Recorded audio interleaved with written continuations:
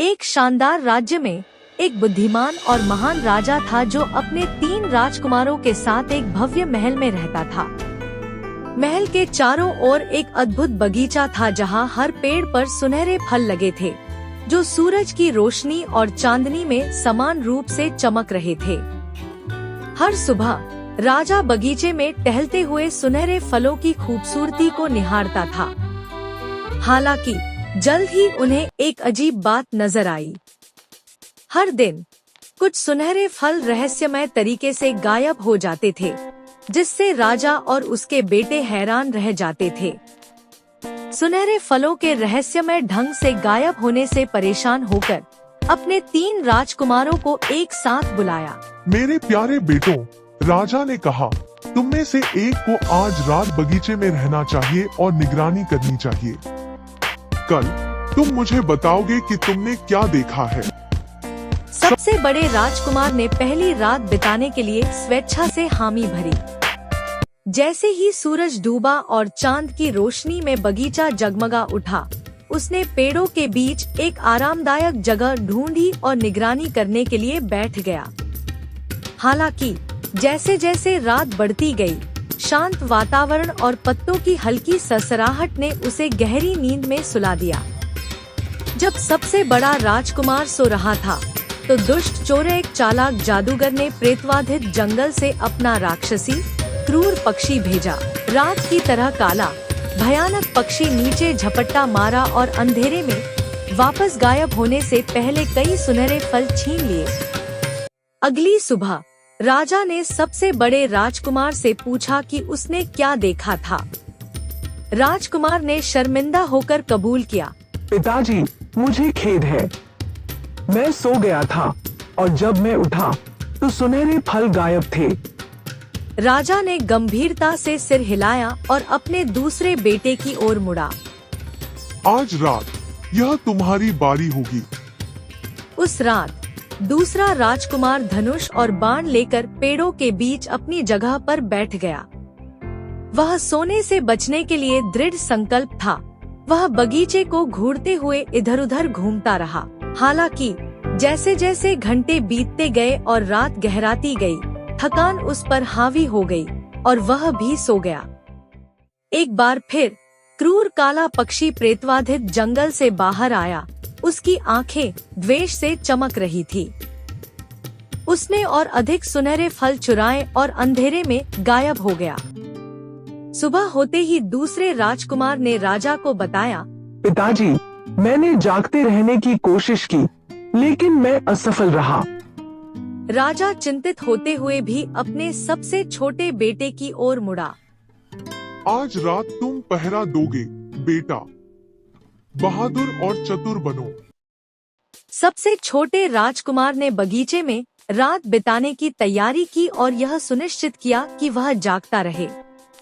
उसने अपनी उंगलियों पर छोटे छोटे कट लगाए, क्योंकि उसे पता था कि दर्द की वजह से वह सो नहीं पाएगा। जैसे जैसे रात गहराती गई, सबसे छोटे राजकुमार ने जादूगर के रहस्यों को उजागर करने की उम्मीद में पेड़ों के चारों ओर सुनहरी धूल छिड़की। जब राक्षसी पक्षी दिखाई दिया, तो उसकी उंगलियों के दर्द ने उसे सचेत कर दिया। उसने देखा कि धूल चमक रही थी, जिससे एक अदृश्य धागा दिखाई दे रहा था जो भूतिया जंगल की ओर वापस जा रहा था। राजकुमार ने बहादुरी से पक्षी का सामना किया और उसे पकड़ने में कामयाब रहा। हालांकि पक्षी मजबूत और जंगली था और संघर्ष में पक्षी के तीखे पंजों ने राजकुमार के हाथ को चीर दिया, जिससे उसे अपनी पकड़ ढीली करनी पड़ी। पक्षी वापस जंगल में उड़ गया, लेकिन इससे पहले कि राजकुमार उसके कुछ पंख नोच पाता। सुबह सबसे छोटे राजकुमार ने राजा को पंख भेंट किए। पिताजी, मैंने पक्षी को पकड़ने की कोशिश की, लेकिन वह वापस जंगल में भाग गया। हालांकि मैं उसके कुछ पंख नोचने में कामयाब रहा। मैंने यह भी पाया कि पक्षी को एक अदृश्य धागे द्वारा नियंत्रित किया जाता है, जो प्रेतवाधित जंगल की ओर जाता है। राजा ने पंखों की जांच की और अपने बेटे की बहादुरी की प्रशंसा की। तुमने अच्छा किया मेरे बेटे। इस सबूत के साथ हम आखिरकार काले जादूगर का सामना कर सकते हैं और इस खतरे को खत्म कर सकते हैं। रहस्य को सुलझाने के लिए दृढ़ संकल्पित राजा ने अपने 3 राजकुमारों को एक साथ बुलाया। मेरे प्यारे बेटों, राजा ने कहा, तुम में से किसी एक को जंगल में जाना होगा और इस जादूगर चोर और उसके राक्षसी पक्षी को ढूंढना होगा। हमें उन्हें एक बार और हमेशा के लिए रोकना होगा। सबसे बड़े राजकुमार ने इस खतरनाक यात्रा को करने के लिए स्वेच्छा से आगे आने का फैसला किया। अपनी बहादुरी साबित करने और रहस्य को सुलझाने के लिए दृढ़ संकल्पित होकर वह प्रेतवाधित जंगल में चला गया। जैसे ही वह अंधेरे घुमावदार जंगल में आगे बढ़ा, उसे रास्ते के किनारे बैठी एक बूढ़ी औरत मिली। वह कमजोर और कमजोर दिख रही थी। उसकी आंखें विनती कर रही थी। कृपया युवा राजकुमार, बूढ़ी औरत ने कहा, मुझे बहुत भूख लगी है। क्या आप मेरे खाने के लिए कुछ भोजन दे सकते हैं? सबसे बड़े राजकुमार ने अपने मिशन पर ध्यान केंद्रित किया और देरी से बचने के लिए बूढ़ी महिला की दलील को, मेरे पास इसके लिए समय नहीं है, उसने बुदबुदाते हुए कहा और अपने रास्ते पर आगे बढ़ गया। जैसे जैसे वह जंगल में आगे बढ़ता गया, उसे एक बेचैन करने वाली आवाज सुनाई देने लगी। आप कैसे हैं, राजकुमार? आवाज पेड़ों के बीच से गूंजने लगी, जिससे वह असहज महसूस करने लगा। अपनी बेचैनी के बावजूद उसने जवाब दिया, आप कैसे हैं? तुरंत उसने महसूस किया कि एक अजीब सी शक्ति उसे जकड़ रही है और इससे पहले कि वह कुछ प्रतिक्रिया कर पाता, वह पत्थर में बदल गया। अगले दिन राजा उत्सुकता से अपने सबसे बड़े बेटे के लौटने की प्रतीक्षा करता रहा, लेकिन वह वापस नहीं आया। बड़े राजकुमार की असफलता को देखकर दूसरे राजकुमार ने अपनी किस्मत आजमाने का फैसला किया।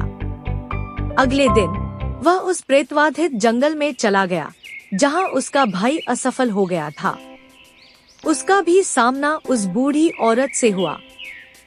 कृपया युवा राजकुमार, उसने विनती की, मुझे बहुत भूख लगी है। क्या आप मेरे खाने के लिए कुछ भोजन दे सकते हैं? दूसरा राजकुमार भी अपने भाई की तरह अपने मिशन पर केंद्रित था।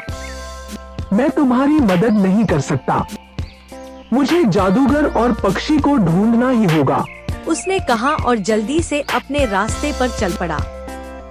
जैसे ही वह जंगल में अंदर गया, उसने एक डरावनी आवाज सुनी जो कह रही थी, आप कैसे हैं, राजकुमार? परेशान और उत्सुक होकर उसने जवाब दिया, आप कैसे हैं? एक पल में वह पत्थर में बदल गया और महल में वापस जाने में असमर्थ हो गया। अगले दिन राजा अपने दूसरे बेटे के लौटने की उत्सुकता से प्रतीक्षा करता रहा, लेकिन वह भी वापस नहीं आया। अंत में सबसे छोटा राजकुमार आगे बढ़ा। पिताजी, मुझे कोशिश करने दीजिए, मैं जादूगर को ढूंढ लूंगा और हमारे सुनहरे राजा चिंतित तो था, लेकिन उसने सहमति जताते हुए कहा, बेटा, सावधान रहो, अपनी बुद्धि और साहस का प्रयोग करो। सबसे छोटा राजकुमार भोजन सामग्री और दयालु हृदय लेकर जंगल की ओर चल पड़ा। जब वह अंधेरे घुमावदार रास्ते पर चल रहा था, तो उसकी मुलाकात भी बूढ़ी औरत से हुई। कृपया युवा राजकुमार, उसने कहा, मुझे बहुत भूख लगी है। क्या आप मेरे खाने के लिए कुछ भोजन दे सकते हैं?